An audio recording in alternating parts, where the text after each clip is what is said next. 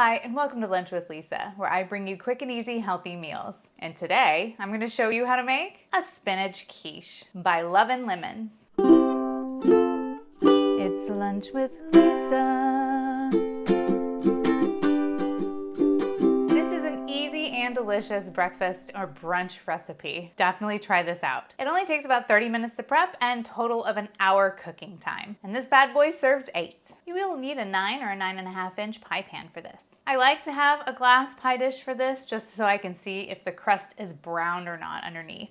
Don't want any soggy bottoms. For this recipe, you're gonna need 1 recipe easy pie crust. You can use the recipes that Love and Lemons provides, or you can use this one that I use. That is my new favorite go-to pie crust recipe because it also uses up some of my sourdough starter. So in a large bowl, you're going to whisk together 175 grams of flour, 7 grams or 1.5 teaspoons of sugar, and 3 grams or 1/2 teaspoon of salt. Then you're going to grab an entire stick of cold butter and cut it into small cubes. Then add the butter and lightly toss to coat with flour. You could use a pastry blender or your fingers, or you can use your stand mixer to cut the butter into the flour until the butter is the size of small peas. Then you're going to add 115 grams of a sourdough starter. You can use your discard here.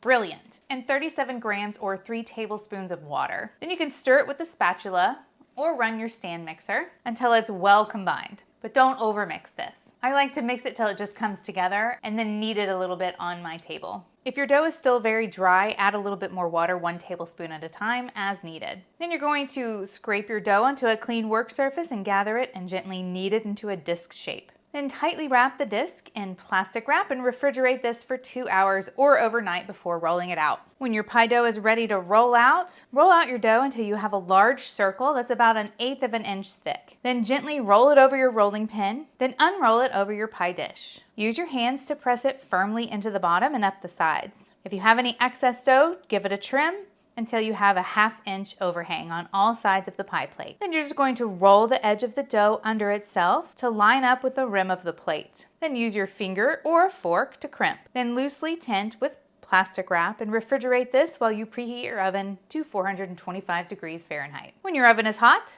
uncover the crust and prick the bottom all over with a fork. Line with a parchment paper and fill with dried beans or pie weights to reach the top of the crust. I used about 3 to 4 cups of beans here. Bake this for 15 minutes or until the edges of the crust are set. Remove this from the oven and lift the pie weights and parchment paper out of the crust and set them aside. Then bake the crust for another 5 to 8 minutes or until the bottom is beginning to set. Remove this from the oven and set it aside to cool slightly. Then reduce your oven temperature to 350 degrees Fahrenheit. We're also going to need 5 ounces of baby spinach, 6 eggs, 1/2 cup of milk, 1 cup of feta, 1 cup of chopped scallions, 1/4 teaspoon salt, and some fresh ground black pepper. You're going to place your spinach in a steamer basket and set this over a pot filled with 1 inch of water. Bring the water to a simmer, cover and steam for 1 to 2 minutes or until the spinach is wilted. Transfer to a kitchen towel and allow to cool slightly and then wring the excess water out of the spinach. In a large bowl, whisk together the eggs and milk.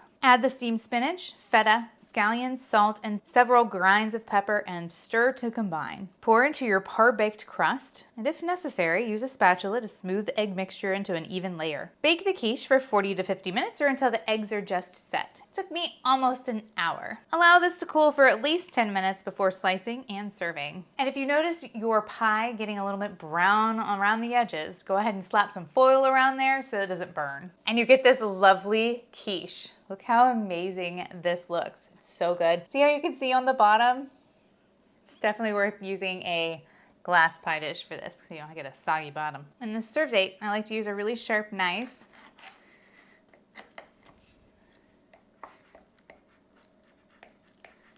Get in here and cut this up. And since it serves 8, it's really easy to cut this in half, and then in half again, and then in half again. And that makes 8. I hate it when it's like serves 9 or 6. Then you have to do thirds. It's easy to eyeball a half. But I like being symmetrical. I'm just weird like that. You You can serve this with a green salad or fresh fruit. Mine's been in the fridge, so it's solidified a little bit up. I made this yesterday. It's still so good heated up. Now I made this before and I added mushrooms and some different cheese, but this time I'm making it exactly as her recipe just to see what it tastes like.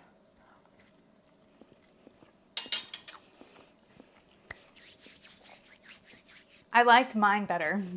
So I recommend using maybe half the amount of feta, or don't use it at all and use a different kind of cheese in there, like cheddar. I had Monterey Jack. I think I even threw in some mozzarella. And it was just so cheesy and delicious because that cheese kind of melts in there in that custard. For a delicious quiche, you want that cheese that actually melts. Feta does not melt, just feta chunks. So it's not as good as mine was. And I added mushrooms, but I really cooked the mushrooms down. I actually sliced them up and cooked them in some water and boiled them until the water was gone. And then they got nice and brown and it brought the mushroom flavor out really well. I love it. Adding mushrooms to this tastes so good. Adding a better cheese, so good. Adding more egg. I feel like it didn't fill up the crust enough with just 6 eggs. So I actually used 8 last time and it was perfect. So I definitely recommend using 8 eggs instead of just 6. This is good. You can make it as per her recipes, but I'm gonna put my little substitutions down below so that you know how to make it better. If you like what you see and you want to see more, hit that subscribe button. If you want to see my videos 1 week at a time, go ahead and sign up on Patreon, or you could shop at any of my affiliate links down below and I might receive a small commission. And it's always free to like, comment, and subscribe. And I'll see you in my next video. It's lunch with Lisa.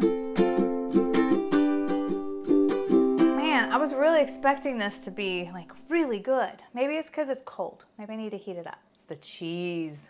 Don't use goat cheese. Use melty cheese. Cheddar cheese. Cheesy cheese.